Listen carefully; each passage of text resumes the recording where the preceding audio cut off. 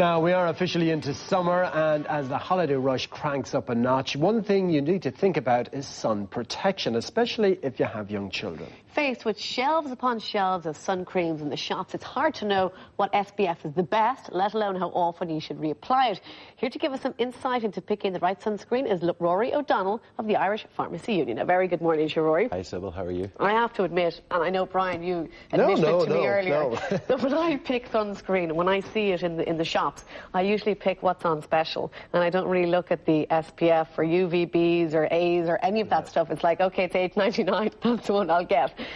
I mean, that's probably a bad thing to do. I mean, I don't know. Oh, well, absolutely. You know, sometimes it's a case of buy cheap, buy twice. And certainly when it comes to skincare and sun screens, it's very important that people do choose the correct suntan lotions with the correct sun protection factor for their skin type. But the cost is a consideration because, I mean, if you have a couple of kids and you're going away for 2 weeks, you will need a lot of it. Well, absolutely. And evidence would suggest that we don't use enough of it. I would absolutely agree, and cost has to be borne into mind.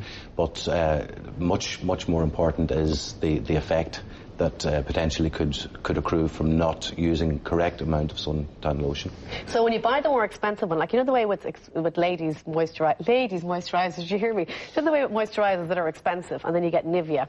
I mean, essentially the creams sometimes are the same. With expensive sun creams and cheaper ones, is there really that much of a difference? Well, I'm not necessarily saying that the most expensive suntan lotions are the best. It's not really a matter of that at all. It's really all about just choosing the correct sun protection factor and ensuring that there's the ultraviolet A filter also present in that, and that's indicated usually on the back of the bottle by a little series of stars or a UVA symbol, an EU symbol. That's very important. The dangerous UV rays there? Both. Well, there's actually 3 types of ultraviolet radiation comes from the sun. There's A, B and C.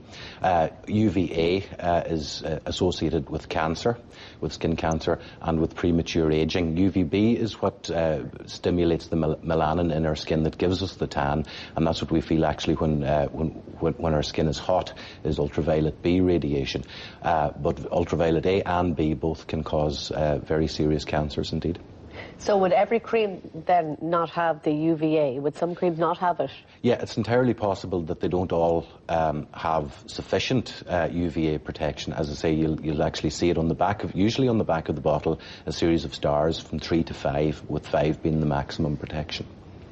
So look for a high one in the UV, as far as the UVA is concerned.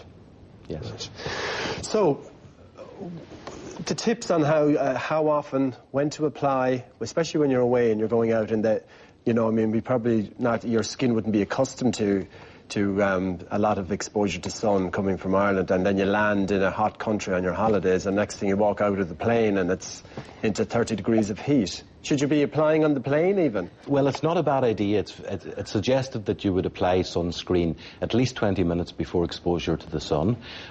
We Irish are not particularly well built for the sun. 75% of Irish people are in what you would regard the high risk category of skin cancer. Those of us with light coloured skin, those of us with light coloured eyes, blue, green, grey, natural redheads, natural fair, would be particularly so. So certainly it's very important that we would cover up, put plenty lashings of suntan lotion on, again of the correct factor, at least a factor 15, with adequate UVA protection also. And to reapply at least every 2 hours, and more often if you're in and out of the water, yes, or perspiring or towel drying. Right, let's find out what you at home and how you approach your use of sun cream, what factor you apply and how often you apply it. Well, I visited Dundrum Town Centre in Dublin to find out. For to stop you getting burned alive and looking 100 years of age when you're only 20. And I use factor 50 every day. Even here at home? Oh, even in the middle of winter. In your makeup, is it? Or? Yeah, well, I use that as a moisturiser underneath my skin before I put my makeup on. I would use a factor 50 every day. Much more aware now than I used to be. And the children and that? Yeah, as well, yeah, I'd cover them. I mean, my mum never used to put it on me, so I'm much more aware, yeah. Well, for children, I think total block is the only thing that I go for myself.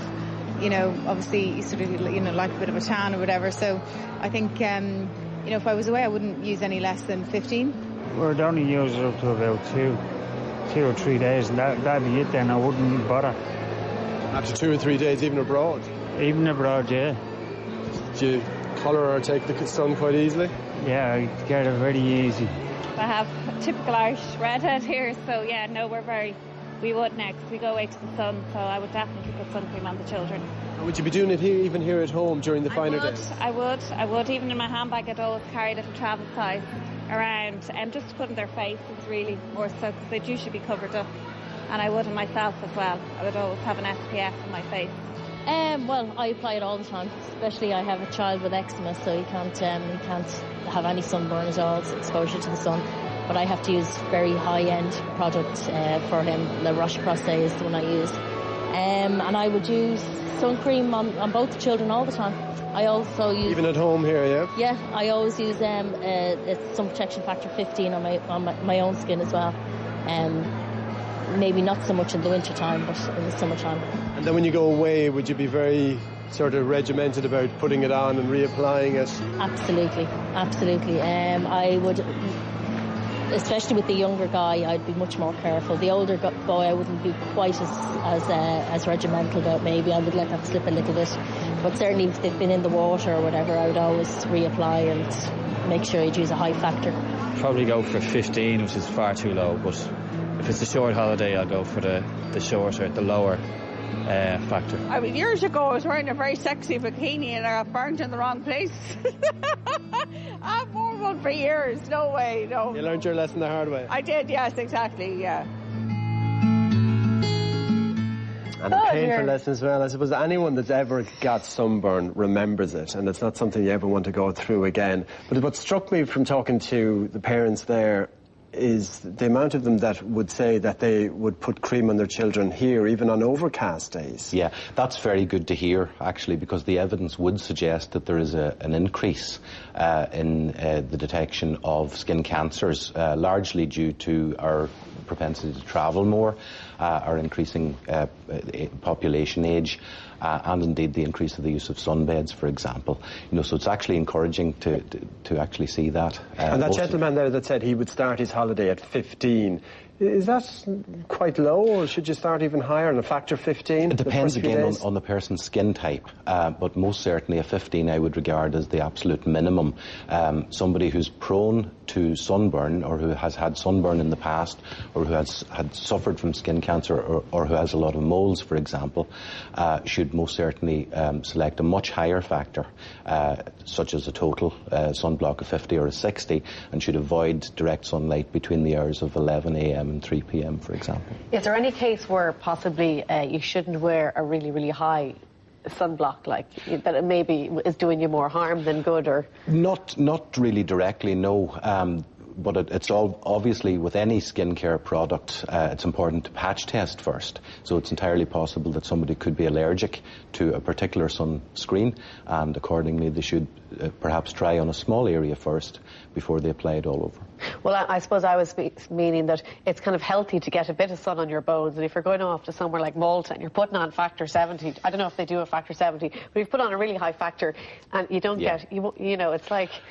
It's like putting on clothes over your face and your arms. You're not getting anything. Yeah, it's a fair question, and obviously we do need some vitamin D. The sun is not our enemy. Obviously, the amount of vitamin D that the body produces is as a result of the amount of sunlight we get. So we do need to get some, but at the same time, again, depending on a person's skin type and when they're exposing themselves to the sun, they have to take the most precautions that they possibly can. Some of the tips you were giving us earlier, Rory, was about if you're swimming, reapply frequently. But if the sun cream, the bottle says water resistant, you know, could we just ignore that essentially? Or? Yeah, I don't know that you would necessarily ignore it, but most certainly you would still reapply it, especially if you've towel dried. Yeah. And I mean, that's, I suppose, is the biggest chore, especially if you're on the beach with children, you know, the fact that you have to keep reapplying it, and they don't want to know, and they're just gone, and sand everywhere. Oh, absolutely. I know it's a chore, but it's especially important for children because it's well known that 80% of the ultraviolet radiation that we pick up during our lives is picked up during the young years. So I suppose the basic rule is put it on regularly and put it on in heavy quantities. Absolute loads. Or else keep your children indoors. One or the other.